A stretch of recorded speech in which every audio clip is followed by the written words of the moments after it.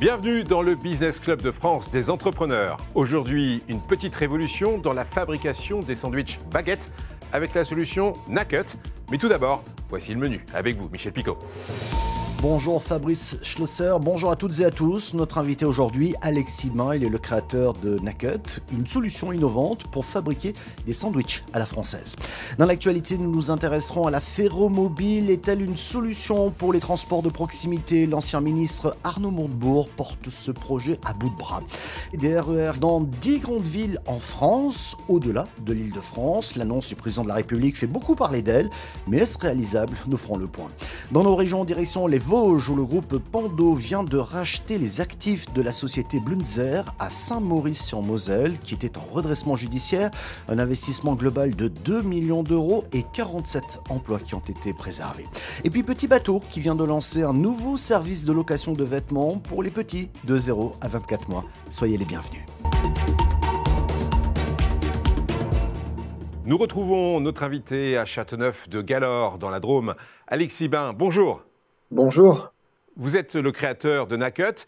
Nakut, c'est une innovation dans le monde du sandwich à la française, une innovation dans la manière de le fabriquer. Mais c'est quoi exactement Nakut? Alors Nakut, c'est une solution que j'ai mise au point pour permettre de faciliter la confection des sandwichs au quotidien. C'est un outil que j'ai mis au point suite à un constat au travail d'un manque de sécurité et de pénibilité récurrente des salariés qui faisaient les sandwichs au quotidien. Oui, mais alors décrivez-nous ce système, comment ça marche? Alors, le fonctionnement est en fait, on glisse le pain dans deux pinces qui maintiennent le pain sur la tranche. Après, ce pain, on le fait coulisser à l'intérieur d'un tube. Dans ce tube, il y a une lame qui se présente devant le pain. Et à l'intérieur de ce tube, derrière la lame, il se présente comme une étrave de bateau qui permettent d'écarter le pain à l'intérieur de ce tube-là. Et en sortie de tube, le tube est ouvert et permet d'avoir le pain ouvert sur le dessus afin de pouvoir le garnir en sortie de tube. Sécurité donc pour les préparateurs de sandwich, mais c'est aussi un gain de temps. Alors oui, en effet, donc à la base, c'était vraiment pour la sécurité et la prévention. Et dès les premiers tests, on s'est aperçu avec les boulangers qui l'ont testé sur des périodes de 15 jours à 1 mois, on s'est aperçu qu'ils gagnaient 25% de temps au quotidien. Le premier boulanger qui l'a testé, 300 baguettes, il est passé de 4 heures de préparation à 3 heures de préparation. C'est assez incroyable parce qu'on fait les sandwichs un par un, on ne les fait pas comme en série, comme la plupart des boulangers l'interpellent, mais on les fait un par un bien avec ses deux mains, donc avec efficacité puisqu'on travaille avec deux mains pour le remplir au lieu d'avoir une seule main à pouvoir remplir le sandwich. Mais comment vous est venue l'idée? Je crois savoir qu'il vous a fallu 1 an de mise au point pour lancer l'industrialisation et la commercialisation.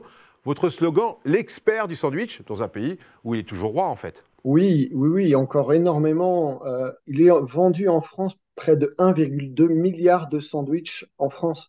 Donc c'est tout à fait colossal. Là, on parle du marché français, on a aussi les marchés belges, néerlandais, italiens. Et il y a la boulangerie française qui s'exporte énormément à l'international aussi. Donc on voit un grand nombre de boulangers français qui s'exportent à l'international pour vendre le pain, mais vendre aussi tout ce qui va avec, les sandwicheries, la partie viennoiserie qui est très importante aussi et qui est typiquement française.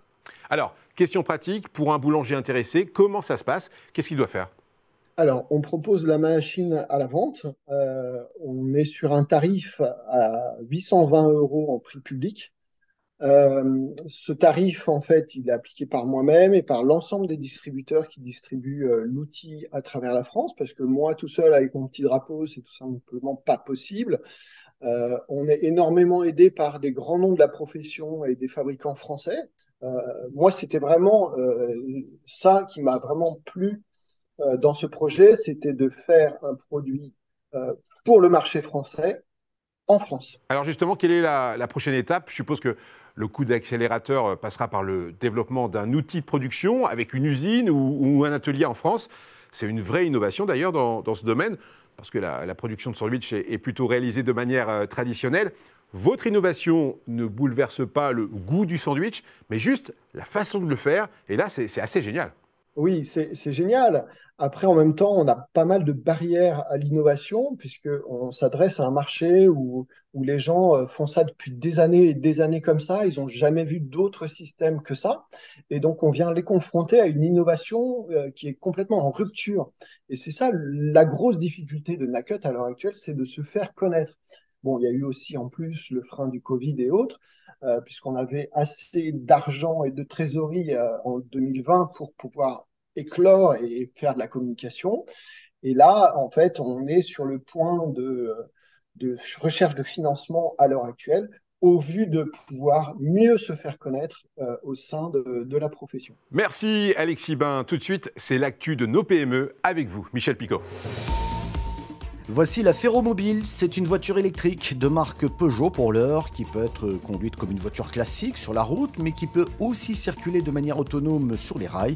C'est Arnaud Montebourg qui se lance dans cette nouvelle aventure. L'ancien ministre promet des véhicules pouvant transporter des voyageurs 24 heures sur 24, 7 jours sur 7.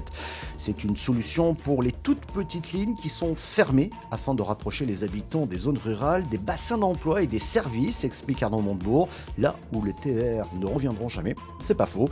La première ligne ouverte aux voyageurs de ce type sera certainement en Occitanie en 2024, peut-être.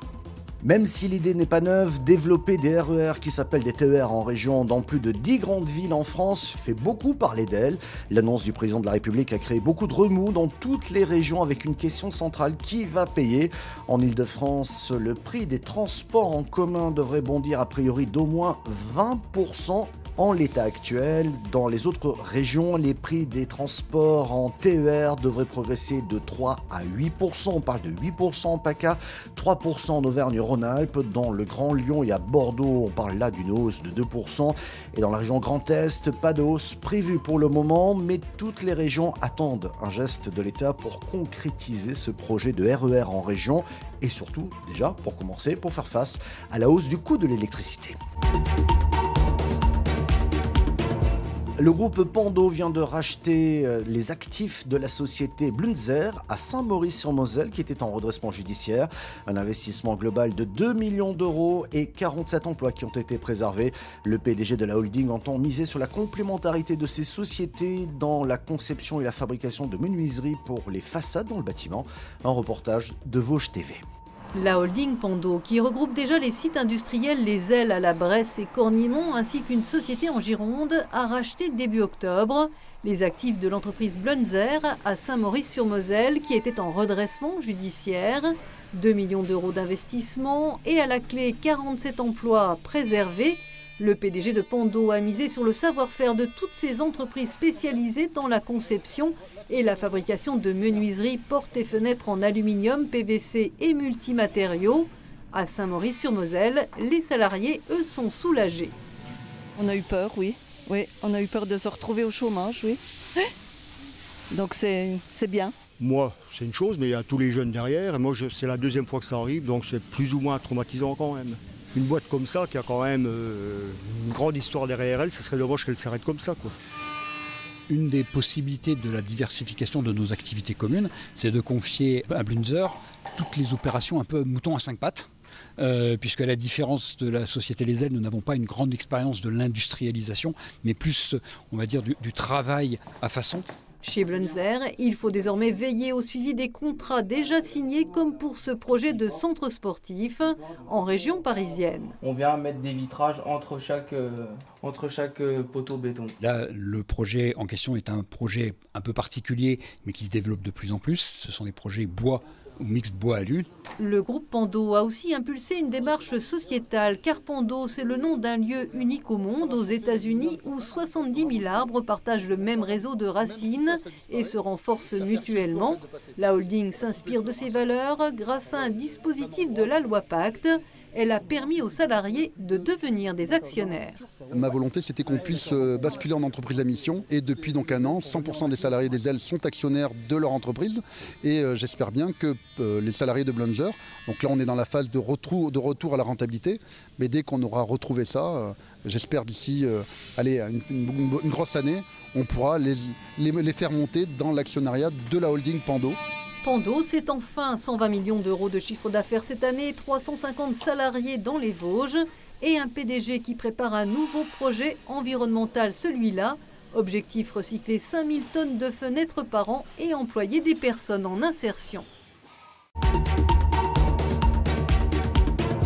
C'est parti, l'entreprise Petit Bateau propose un nouveau service de location de vêtements pour les petits de 0 à 24 mois. Une fois commandés en ligne, les produits sont préparés et envoyés depuis l'entrepôt Petit Bateau situé à Buchères, dans l'Aube. Un reportage de Canal 32. Les bébés grandissent trop vite. C'est à partir de ce constat que Petit Bateau a choisi de lancer son service de location de vêtements pour bébés. De ses 0 à ses 12 mois, un bébé changera 6 fois de taille. Et chez Petit Bateau, quand on a la qualité, la durabilité dans l'ADN, on se retrouve du coup dans une situation où la durée de vie du produit est supérieure à sa durée d'usage. Et donc dans ce cas-là se pose une question, à quoi ça sert d'acheter quand on peut louer? Les clients vont de plus en plus vers les produits d'occasion et la location est quelque chose qui se développe de plus en plus, que ce soit dans le sport, l'électroménager, dans le textile bien évidemment. Les commandes se font directement en ligne sur une plateforme dédiée. Pour le client, 2 options.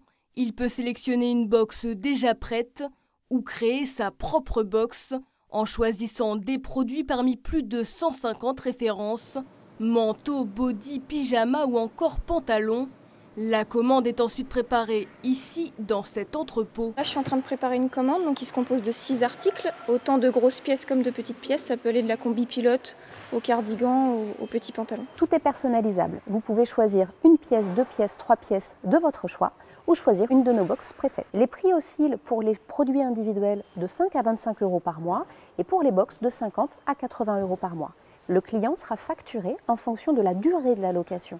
15 jours, 1 mois, 2 mois, le calcul se fait au jour de conservation des produits. Et il n'y a pas besoin de s'engager sur une durée au départ. Tout est prévu pour habiller bébé de 0 à 24 mois. Une fois le produit utilisé par le locataire, il est renvoyé à l'entrepôt pour être lavé puis désinfecté par cette machine. Cette machine va détruire toutes les petites bactéries qui pourraient provenir du bébé qui aurait pu rencontrer un rhume ou une autre petite maladie. 3 options. Le produit est en excellent état. Il est conservé et repartira pour une autre location avec une autre famille. Si le produit est en bon état, mais pas parfait, il sera revendu dans notre circuit de vêtements d'occasion. À noter qu'un produit dont l'état est trop dégradé pourra entraîner une surfacturation. Merci d'avoir suivi cette émission qui est disponible également en replay vidéo sur le site de votre télévision locale. Nous sommes également disponibles en podcast audio sur toutes les bonnes plateformes ainsi que sur quelques radios, par exemple à Monaco sur Ami la radio, dans le Verdon sur Radio Verdon ou encore à Montpellier sur Pop Radio. On salue d'ailleurs toutes les autres radios partenaires. Merci de votre fidélité. À la semaine prochaine.